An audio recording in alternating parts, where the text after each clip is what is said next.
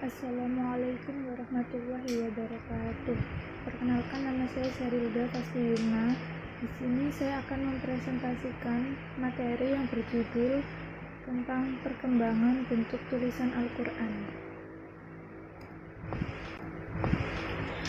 Subtopik yang akan dibahas kali ini adalah yang pertama, tulisan Al-Quran pada masa Nabi. Yang kedua, penyempurnaan tulisan Al-Quran. Yang ketiga, penentuan sistematika penulisan mushaf Al-Quran. Dan yang keempat adalah pencetakan Al-Quran. Yang pertama, tulisan Al-Quran pada masa Nabi. Pada masa awal kehadiran agama Islam, bangsa Arab tergolong ke dalam bangsa yang buta huruf.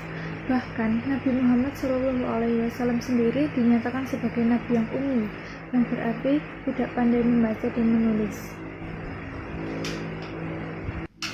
Buta huruf bangsa Arab pada saat itu dan keummian Nabi Muhammad SAW dengan tegas disebutkan dalam Al-Quran surat Al-Jumu'ah ayat 2, yaitu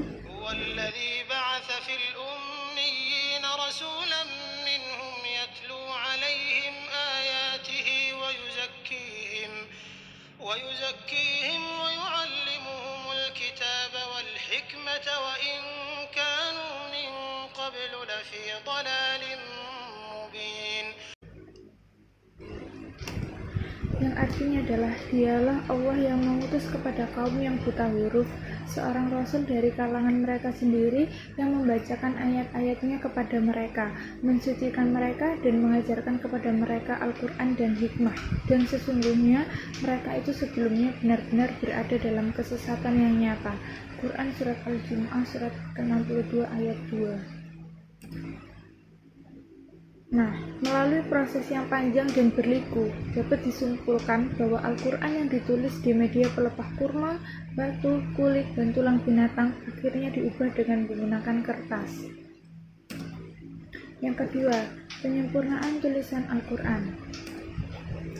Ada 3 fase penyempurnaan tulisan Al-Quran. Yang pertama, Muawiyah bin Abu Sufyan menugaskan Abul Aswad Ad-Du'ali untuk meletakkan tanda baca atau i'rab pada tiap kalimat dalam bentuk titik untuk menghindari kesalahan membaca. Yang kedua, Abdul Malik bin Marwan menugaskan Al-Hajjaj bin Yusuf untuk memberikan titik sebagai pembeda antara satu huruf dengan lainnya. Yang ketiga, peletakan baris atau tanda baca atau i'rab seperti dhammah, fathah, kasrah, dan sukun mengikuti cara pemberian baris yang telah dilakukan oleh Khalil bin Ahmad Al-Farahidi. Adapun upaya penyempurnaan tulisan Al-Quran, yang pertama adalah pemberian tanda ayat, yang kedua pemberian tanda waqaf, yang ketiga pangkal surah, yang keempat nama surah, yang kelima tempat turunnya, dan yang terakhir adalah bilangan ayatnya. Yang ketiga adalah penentuan sistematika penulisan mushaf Al-Quran.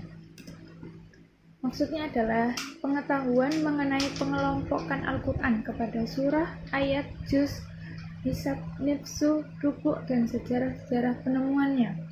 Kalau dalam Kamus Bahasa Indonesia, pengetahuan mengenai klasifikasi atau penggolongan.